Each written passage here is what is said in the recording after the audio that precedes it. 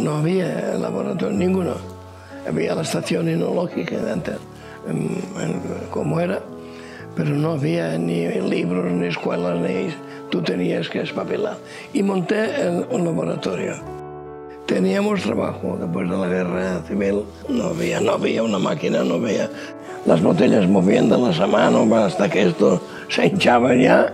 Y todo era así de artesano. El dejar muy claro lo que estamos haciendo, pienso que fue un gran acierto. Que rompiéramos ya la historia de Champagne, y esto de Champagne, esto no acaba.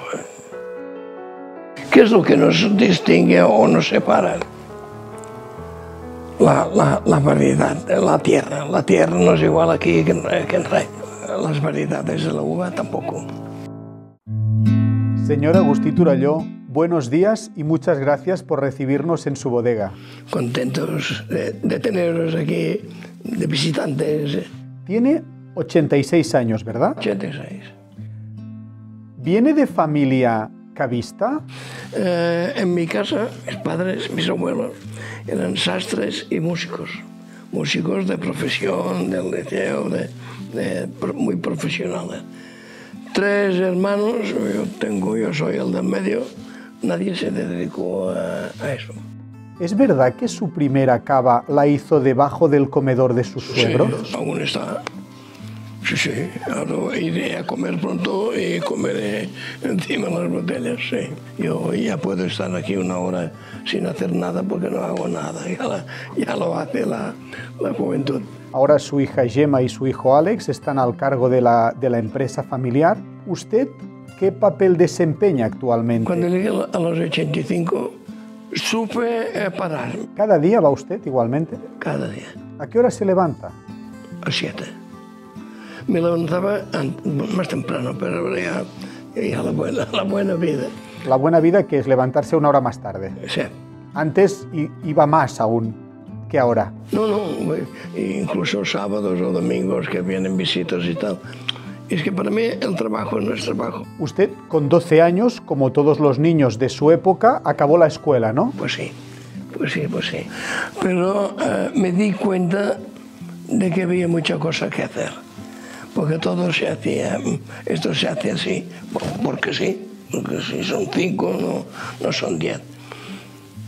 Creo que tuve una buena visión al incrementar mis estudios, mis conocimientos en eso. ¿Cómo descubrió usted que podía estudiar y obtener un título? Estaba en la barbería, la peluquería, con un periódico donde había un anuncio del Ministerio de Agricultura de aquí. Digamos que el curso era gratis, pero tú tenías que ponerle los viajes, la comida, la estancia. Y allí fui. Y pensó, tengo una idea, voy a abrir el primer laboratorio de análisis. Pues sí, no había laboratorio ninguno. Había la estación enológica de antes, como era, pero no había ni libros, ni escuelas, ni... Tú tenías que espabilar. Y monté un laboratorio. Entonces, ¿cómo era el trabajo en las cavas en aquella época? ¿Era más experiencia que conocimiento? Sí que me di cuenta que había posibilidades de esto. No puede ser que sea así. Y entonces, pues bueno, ya me dediqué intensamente en esta labor. Claro, cubriendo la función en empresas grandiosas, las mayores, las mejor dotadas. Ahí empecé, y claro, mi idea ya en esto era ir a Champaña. Pues uno de estos días que estás en casa, en la familia, vino una tía mía, monja, y le comentamos, mira, la justicia y de allí, porque esto parecía un mundo, ¿no? Y bueno, pues nosotros tenemos casa allí en Reims. Pues mira qué bien, llámalas, dile que tendrán un inquilino. Y así fue. Usted fue de los primeros en sacarse el título de enólogo, creo que fue en La Mancha, en Valdepeñas. ¿Recuerda cómo fue? No existía, el título de enólogo no existía. El enólogo era el que tenía una bata blanca y hacía las determinaciones que podía, ¿no? A través del Ministerio de Agricultura y todo eso. conseguimos un título de enólogo. Usted fue pionero en hacer viajes para enólogos para descubrir vinos de otras latitudes del mundo. ¿Cómo se le ocurrió esta idea? En el mundo hay muchos países que tienen vinos. Pues vamos a ver lo que hay allí. Francia, Italia, Alemania, Rusia, una veintena seguros. Estaba recibido como un honor. La embajada española estaba en Moscú. Éramos los embajadores del vino. Usted fue el primer presidente de la Cofradía del Cava. ¿Cómo empieza? Los que hacíamos los viajes nos dimos cuenta también que en Nueva Zelanda, por decir un país lejano, y donde quieras, hacían la fiesta de la vendimia, un festival, aquella gente con las capas, un sombrero, la música y todo. Y esto porque no lo hacemos así.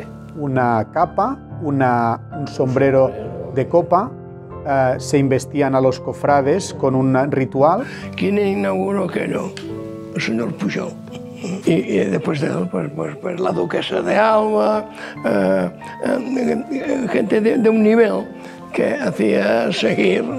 Lo importante es que lo que tú promuevas o ayudes o sea verdad y tenga un sentido de todo tipo, económico, social, tal. Si esto se hace bien, las cosas suelen pasar. ¿Cómo fue con el sector también, con las bodegas, cuando ustedes emprendieron estos caminos? Lo difícil fue que entendieran el trabajo que estábamos haciendo. Mientras tú estás en tu cava trabajando, nosotros estamos trabajando para ti. ¿Cree que esto ha cambiado? La función de la confraría, lo teníamos todos muy claro, era la parte lúdica del cava. Hoy en día, y no es crítica ni mucho menos, pero falta entusiasmo de esto. ¿Cómo recuerda la creación de la DEO Cava? El dejar muy claro lo que estamos haciendo, pienso que fue un gran acierto. Que rompiéramos ya la historia de champán y esto es champán y esto es cava. La técnica de elaborar, de hacer un cava es exactamente la misma que el champán. ¿Qué es lo que nos distingue o nos separa? La variedad de la tierra. La tierra no es igual aquí que en Rey. Las variedades de la uva tampoco. Pero a partir de ahí, toda la técnica y todo el proceso y todo eso, estamos exactamente en lo mismo.